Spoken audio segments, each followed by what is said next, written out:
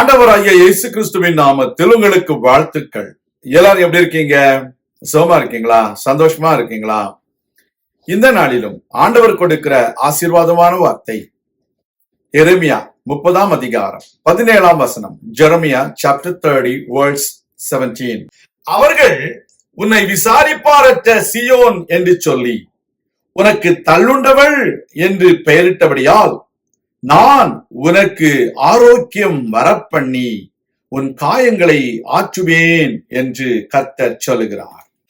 அருமையான தேவனுடைய பிள்ளைகளே, உலகத்தின் மக்கள் உங்களை தள்ளுண்டவள் என்று சொல்லலாம். உங்களை குறித்து இவர்கள் விசாரிப்பாரற்ற சீயோன் என்று சொல்லுவார்கள். அதாவது இவங்களை என்ன செய்தாலும் இவங்களுக்காக கேட்பதற்கு யாரும் இல்லை என்று சொல்லலாம். Dear children of God, you might have been considered as outcast and no one seeks for you.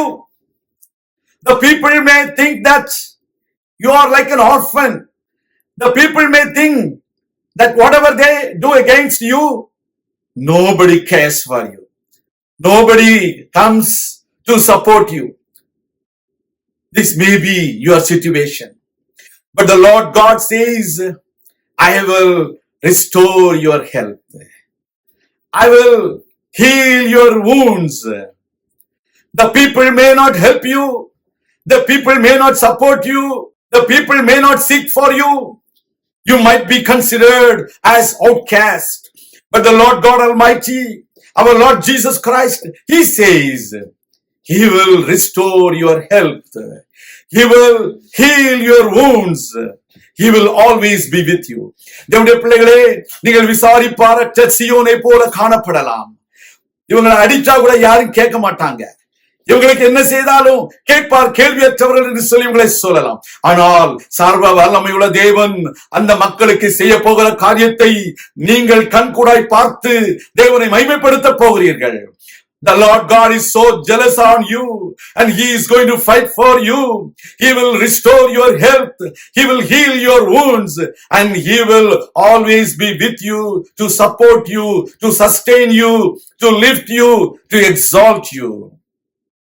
கர்த்தருடைய பிள்ளைகளே, உங்களை உயர்த்தவும் உங்களை ஆதரிக்கவும் உங்களுக்கு தேவையான நன்மைகளை செய்யவும் என் தேவனாகிய கர்த்தர் உங்களோடு இருக்கிறார். நீங்கள் ஆதரவற்றவர்கள் அல்ல. நீங்கள் கேட்பார் கேள்வியற்றவர்கள் அல்ல. நீங்கள் தேவனுடைய பிள்ளைகள். தேவனுடைய பிள்ளைகள். தேவனுடைய பிள்ளைகள். ஒரு நல்ல சமாரியனை போல என் ஆண்டவராகிய இயேசு கிறிஸ்து உங்கள் வாழ்க்கையில வந்து உங்களை ஆசீர்வதிப்பார். உங்களை காயம் கட்டி உங்களை ஆசீர்வதித்து உங்களுடைய வாழ்க்கையில மேன்மை காண செய்யும்படியாக பெரிய காரியங்களை செய்ய போகிறார். நான் உங்களுக்காக ஜெபிக்கிறேன். நீங்கள் அன்பின் ஆண்டவரே, உடைய பிள்ளைகளுக்காக யுத்தம் பண்ணுகிற தேவன் நீர். உடைய பிள்ளைகளுக்காக பரிந்து பேசுகிற தேவன் நீர். ஆதரவற்ற உடைய பிள்ளைகளை நீர் கண்ணோக்கி பார்க்கிற தேவன். அவர்களை தேடி வந்த தேவன். அவர்களுடைய காயங்களை நீர் ஆற்றுகிறவர். ஆரோக்கியம் வரப்பண்ணுகிறவர். உடைய கரங்களில் ஒப்புக் கொடுக்கிறோம். ஆசீர்வதியும். இயேசு கிறிஸ்துவின் நாமத்தில் ஜெபிக்கிறோம் எங்கள் நல்ல பிதாவே. ஆமேன். கர்த்தர் தாமே உங்களை ஆசீர்வதிப்பாராக. ஆமேன்.